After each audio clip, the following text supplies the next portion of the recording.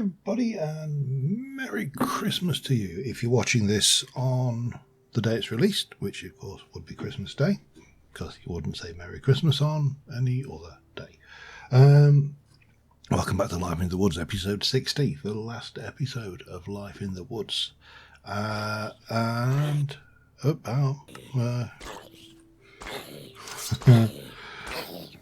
Wait. I am trying. I love the eye patch.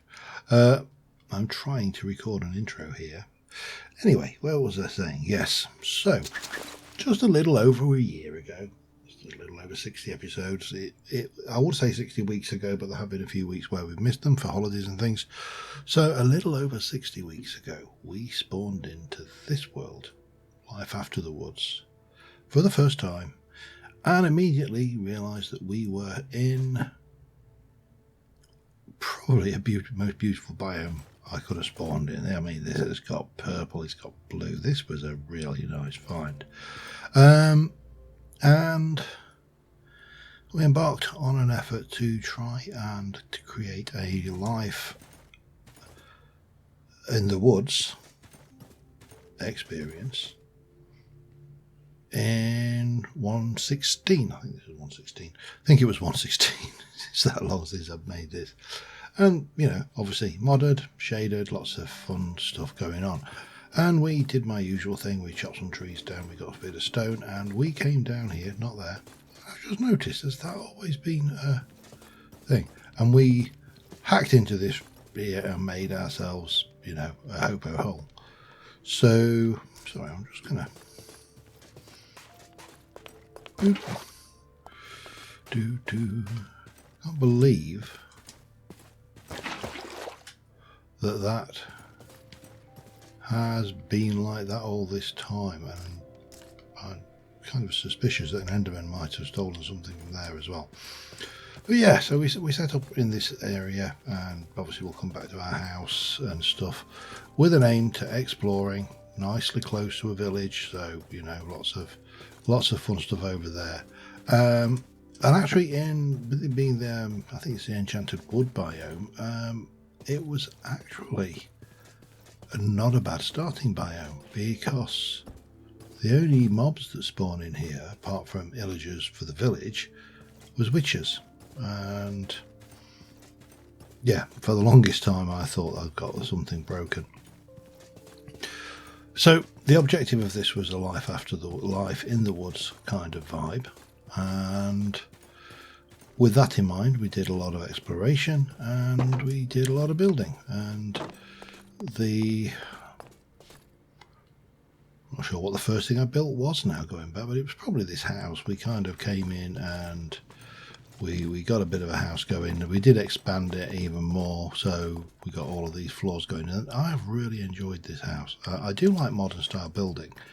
I think sometimes it's been a little bit overdone, and but this worked out really well.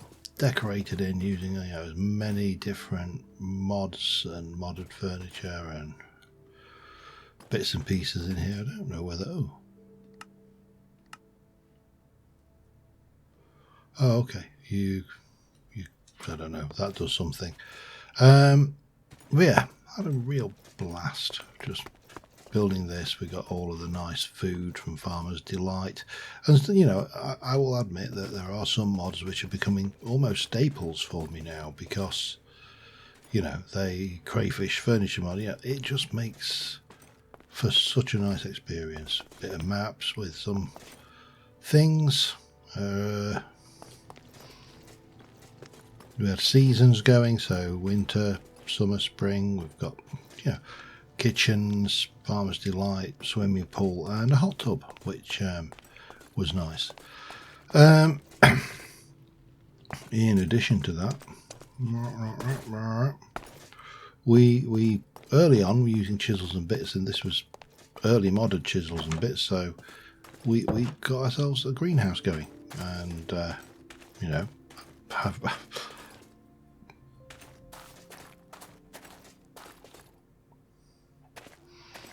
that's terrifying.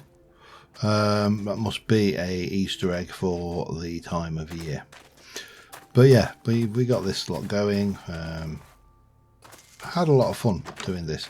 Now, one of the things that we added into early doors was we went under the house. So we had a basement, and the basement was originally accessed from inside, but now, you know, from here.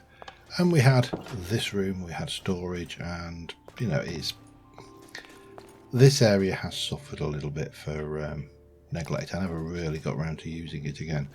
But from there we got down to the usual diggy down to the depths to get diamonds, and over there gets you into a ravine which runs roughly underneath this. So for the longest time we were based out of here, and then I decided to expand down and come out, and we built the Underlake, which the concept I really liked, which was just to make a big old glass ceiling under the water. Big space, lots of space. This was going to be storage, and we found a ravine down here, so we incorporated the ravine into our build. Again, that was I think that was a nice touch. But it's been a long build, this. You know, we've done a lot of things. Where is my axolotl gone? Has he died? He may be an ex-axolotl. An exolotl even. But yeah, I can't see him. So I think he's probably fallen at some point. Yeah, we took this, you know, built it up. This took a lot of digging. And we continued building, got a little enchanting area up here, you know, with all the stuff you need for the enchanting. It was really nice. I did like this build, and then I decided that I didn't want this to be a storeroom, and I turned it into the kind of the lore, if you like, or the story is of a billionaire's under, you know, rich. He's a rich collector, not necessarily the most ethical person, unlike me. I am relatively ethical. But this guy, you know, puts his stuff on collection, things on walls, caged animals, armour stands everywhere with, you know, things on. This guy is quite angry. And, you know, carried on. Built a fish tank. Can't even remember when we did that, but, you know, again, we've got... Where are you? You should still be alive. There he is. One of the original inhabitants, Eric Clacton, the lobster. And there's a horseshoe crab down there as well, surviving. A lot of the fish didn't make it. No, it was a jellyfish, wasn't it, that didn't make it? That was right. And I'm not seeing some of the end fish, which should be about. They're quite glowy, so you normally don't have an issue seeing them. Again, things die. It is. And we moved over this way, built ourselves a storage room down here with things. Now, this is in no way fancy storage, but this I really like, this idea of stacking up all of these different styles of storage and just using them, and some of this has got nothing in. Other standard stuff, some things are the little bags from, not even sure what that's from, supplementaries. Normal chests, you've got barrels, we've got where are you? Somewhere abouts there's a mass storage like this one. There you go, storage barrel from storage overhaul. And it was, yeah, I really enjoyed that, this aspect of this thing with its my own little cookerator 9000. Oh, hello. It's probably not a good idea to do that, of course. Standing in front of the cooker is a really bad idea. But that was great, the little create thing there, which was one of the main, in fact it is the only technical mod in the pack. There's a few other mods we threw in later on. We added this, we added in hopper hopper pots, bonsai pots, and got these guys going. So lots of farming going on here, easy. And more recently we put this in as well. We used what did I use to move those? Oh, carry on, wasn't it? I think so. Was it carry on? Yeah, it must have been carry on. That's the only thing that I've got that would do that. Really enjoyed this. Really enjoyed this build. Utterly pointless. It serves no practical function whatsoever. But I think that's one of the nice things about when you start building things just for the sake of building them. You get into the habit now over here. Sorry, into the habit of building just for artistic purposes, if you like. Over here, in a minute, is a create lift. It uses a create piston, which is just a bloody long piston. And the first thing we really built when we probably should try and sleep together, just so we're not getting blown up on the first occasion. So we built the boardwalk that came around to here and around that side. This is the bit we did a couple of episodes ago now, I think. And the first thing we got into this thing, apart from our nether portal, which we never did finish, but it was always my intention to make that part of a cave. It's not the end of the world.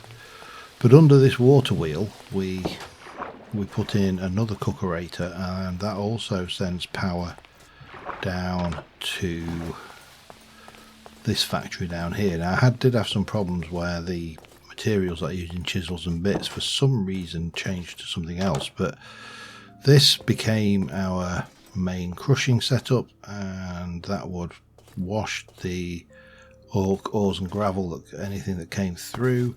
That would come through into here as nuggets, and nuggets would get stamped down. This would basically release 9 of whatever it was doing, and this thing would then create iron and, you know, all the good stuff. There was a stamper and mixer there, and a precision mechanism thing. That's what we moved last episode. We moved this forward this episode and just decorated this. So this is the old beastie that makes those. And the other thing we did early doors. Love this though. Really, with the shaders and everything, it just makes everything so pretty.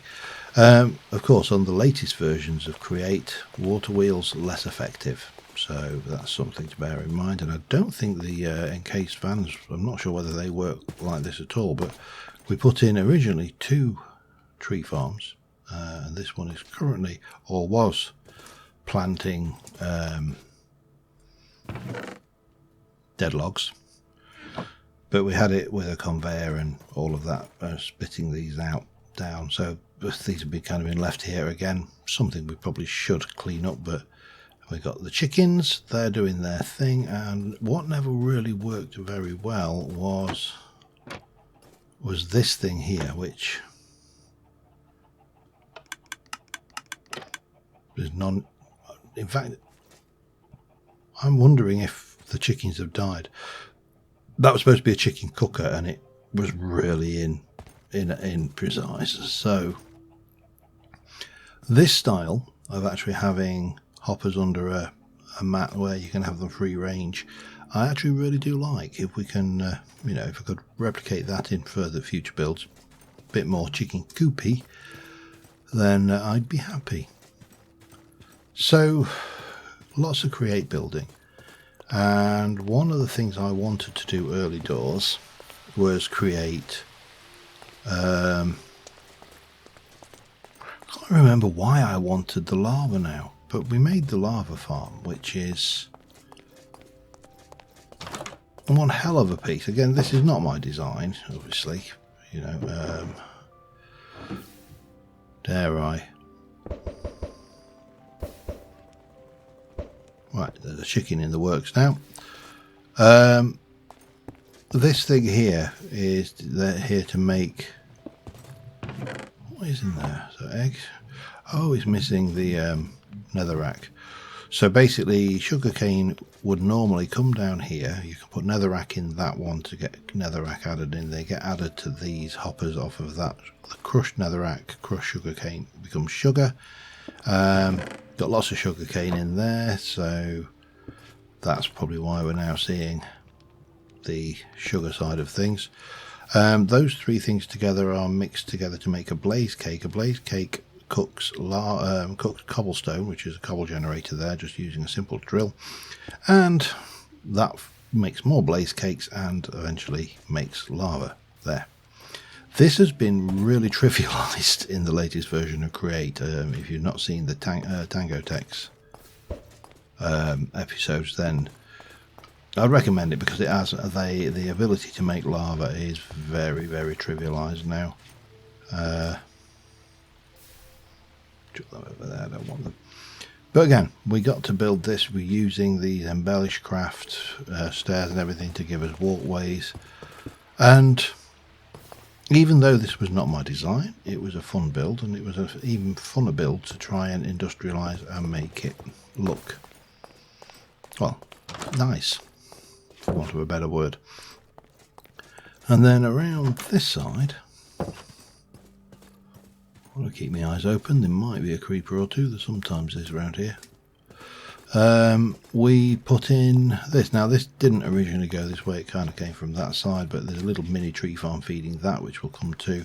This is my return thing, which I use my ender pouch for. It just allows me to empty my inventory very easy. But this thing is sugarcane farm, which drops sugarcane in there, and that goes and feeds the system. Not a huge amount to it. It's just I think it's only one power source, and which is again an encased fan, and it just runs those round. Really simple. And then over this side, apart from the tree, we and this again, this yard is all recent, so we added a cobble generator, because I needed a lot of cobble. So there you go, cobble. It's exciting, isn't it? And this was the most recent thing. This is where I'm starting to get a feel for building with Create and making things look nice. We've got, this is a iron generator, which generates a lot of iron from gravel, because it just washes the gravel and that becomes ingots, nuggets, which gets damped down into things. The wood feeds through this furnace into here to make charcoal, which is pushed through to this steam engine, which is currently the most powerful form of Create energy in this mod. But in the latest version, these don't exist in the same way. They've changed it to get rid of this, because apparently it was a bit of an exploit, this trick here. And basically this trick here, this way it's there, when it gets power, it floats up into here because the fan pushes up, and this fan pulls up, I should say, and whenever it stops, it drops back down, restarts the process. So, you know, literally as simple as that. Let me just stick a few. I'll not turn it on because this is quicker, but you can see that goes up, it flows up there, drops down, and this produces the power to run this, which is a gunpowder manufactory. Not the fastest thing in the world, but again, it works. That goes in, mixes up various potions from the 3 ingredients. That comes out here and goes onto this crushed, or cinder flour, but crushed netherrack. And eventually, once it's finished making a potion of harming, I think that should then pump out, goes up here, and there you go, and it starts turning all that cinder flour into gunpowder, and it's lovely. But again, this is just such a nice big machine. Really love the bricks, love the build style. Up here we got the top halfway actually just making the massive cobble machine. That's just a stamper, take some power from down there. We take power up from that to this, which is what we made last episode, which is my mixer. So this creates brass, and this is my precision maker, which we made last episode. So nothing new there, but was really just trying to get finished. So yeah, it's been a journey. I mean, we just have a look at the map and you can see we're here and there's a dungeons. We've got a few bits marked on. We've been out this way, had a few world glitches which caused some problems, but we've got out there. We've got various. I died there. I can't remember what I died from now actually. But huge amount of exploration taken place, and it has been a really nice. Let me let me take you, because I haven't done anything with those, and let's take to the skies and go and have a look around the world, because this has been a beautiful world. Now we have got in fact we can, before we do that, let's just pop over to visit the villagers. So the village, we've got a lot of way where things, we've got a portal at 2000, temp, phantom stronghold in the end. I basically set these down wherever I went. An attempted gunpowder farm, don't even get me started on those. Ice reef, end portals, the arcade spot for the thing, dungeon raid, andesite, lush caves, dungeons, ominous woods, villager trading hall, XP farm, which was just a series of spawners. But the villager trading hall around this side is ugly as hell, and they're blocked so they can't breed because we were getting snided out. But in here, this is where we did the villager trading side of things.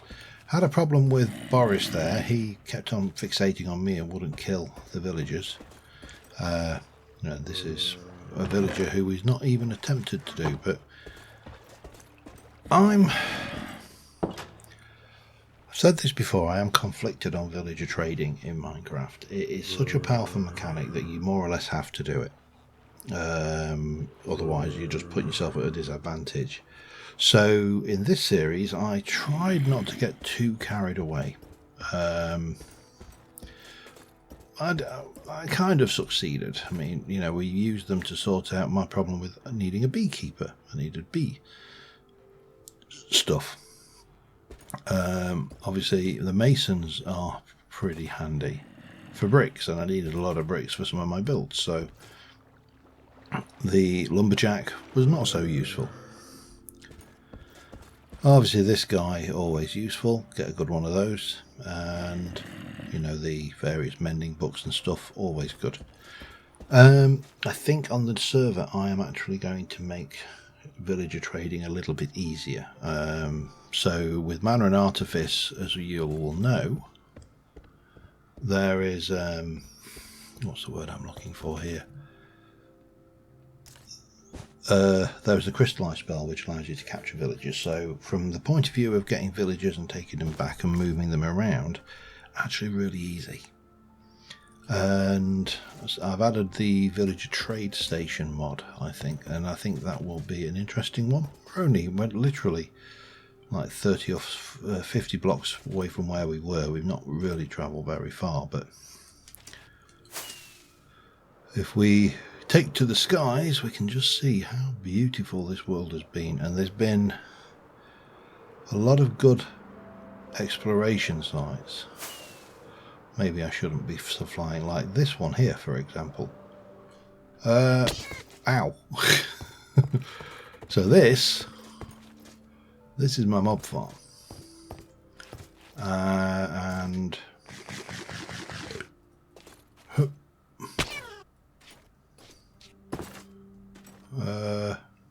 how am I going to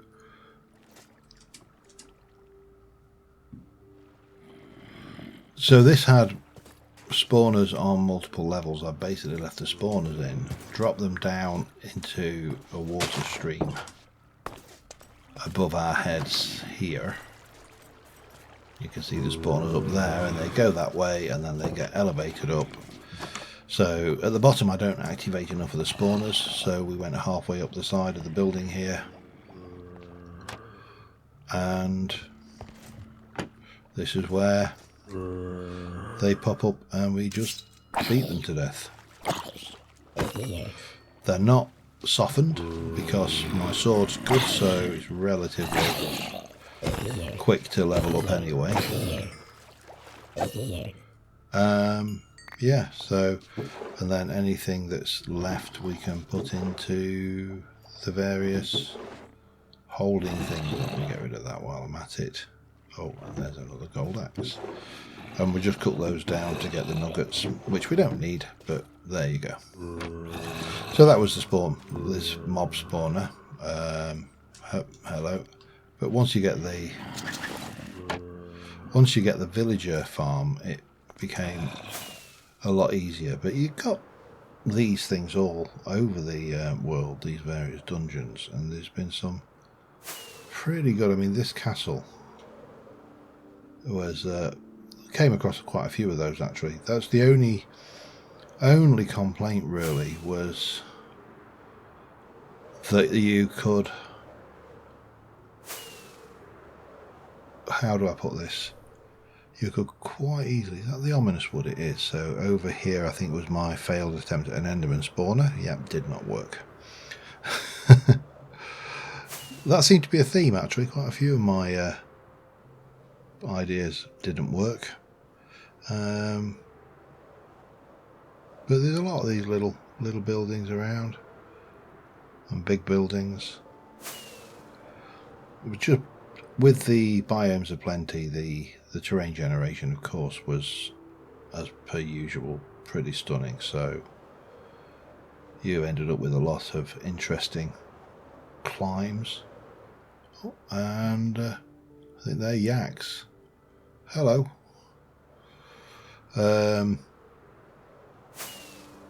Yeah, I am actually going to miss this world. I've enjoyed building in it, but I've kind of got to the point where I have kind of run out of the inspiration for this one. So, you know, at a certain point when the inspiration starts to dry up, you have to accept that. Oh, look at these little fellas. Look at them, they're so cute. Have I got any food I can give you? I don't think I have. I think everything I've got is things. Okay, I'm sorry, I've got no food. But I love my raccoons. I wish, well, I probably don't wish that we had them in the UK. I kind of wish that we had them, but I've never actually had to put up with them in my trash at night and stuff. So, what are you? Oh, little Tasmanian devil. Oh, you are cutie. Do you, I wonder whether you haven't got many of these cages left. Nope. But there are a number of dangerous mobs, and you can see there where we've got a chunk border, and this was, well, it's always a problem with modded. Sometimes something changes and you're just not entirely sure why it goes the way it does, but it can muck up the terrain generation.